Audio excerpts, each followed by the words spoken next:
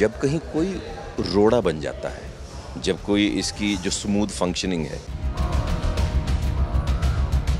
देखिए, मेहनत ऐसा नहीं है कि सिर्फ हम लोग कर रहे हैं, मेहनत सब करते हैं। तब कुछ भी नहीं था, तब दोस्ती भी शायद बहुत पक्की नहीं थी कि मतलब मेरी तो रिलेशनशिप बिल्कुल परफेक्ट है और ऐसा बिल्कुल भी नहीं है। मैं अगर शादी की सलाह किसी को देने लगूं तो उसका मतलब तो ये हुआ कि मैं अथॉरिटी हूं, कि मतलब मेरी तो रिलेशनशिप बिल्कुल परफेक्ट है और ऐसा बिल्कुल भी नहीं है। जो शिकायतें तकरार सबके होते हैं वो हमारे भी हैं। रिस्पॉन्सिबिलिटी जो है और ड्यूटी जो है वो शायद कहीं हम पीछे छोड़ रहे हैं और अपने हक के लिए हम सब ने झंडे उठाए हुए हैं। हमारा हक तो हमको मिलना ही चाहिए।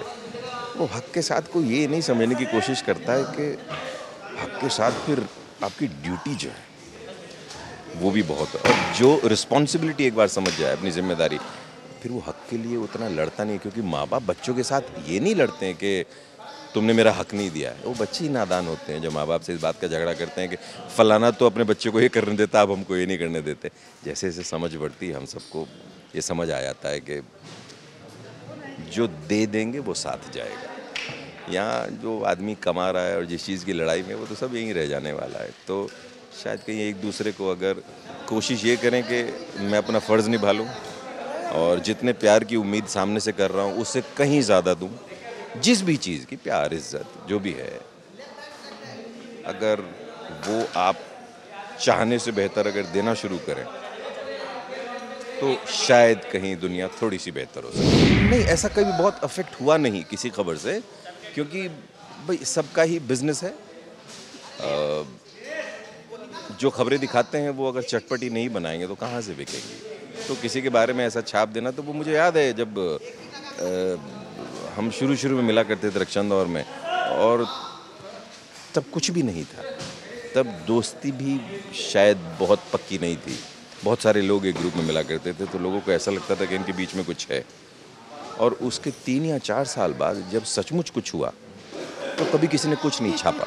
जो भी है, या तो दुनिया को पहली कुछ, दुनिया की बड़ी दूरदर्शी वो संजय वाली आंखें थी कि 4 साल बाद क्या होना था सबने देख लिया, या सब लोग बोर हो चुके थे, बोले रहने दे, कोई फ़ायदा नहीं है, ये तो फिर भी यही कहेंगे। जबकि कुछ था ही नहीं तब तक। जब था तब किसी ने नाम जोड़ा नहीं, फिर सुकून की ज़िंदगी जी हमने। देखिए, मेहनत ऐसा नहीं है कि सिर्फ हम लोग कर रहे हैं, मेहनत सब करते हैं। दुनिया में जिससे जितना हो सकता है वो सब मेहनत करते हैं। ये सोच के कभी कोई रेस्टोरेंट नहीं खोलता है, कोई कपड़ा डिज़ाइन नहीं करता है, कोई फिल्म नहीं बनाता है, कोई सीरियल नहीं बनाता है, कोई खाना भी नहीं बनाता है, कोई किचन में जाके ये नहीं सोचता है आज बहुत बुरा खाना बनाऊंगा। तो सब लोग अपनी तरफ से पूरी कोशिश करते हैं अच्छा करने की, वही कोशिश हम भी करते हैं। अब ये इस सीरियल को कुछ वरदान है जो अब मैं पूरी तरह इस चीज़ को मानने लगा हूँ कि इसमें मेरा और डेयर आई से किसी का भी कोई हाथ नहीं है। ये सीरियल खुद चल रहा है, ये सीरियल सच्चाई की वजह से चल रहा है, ये अच्छाई की वजह से चल रहा है, और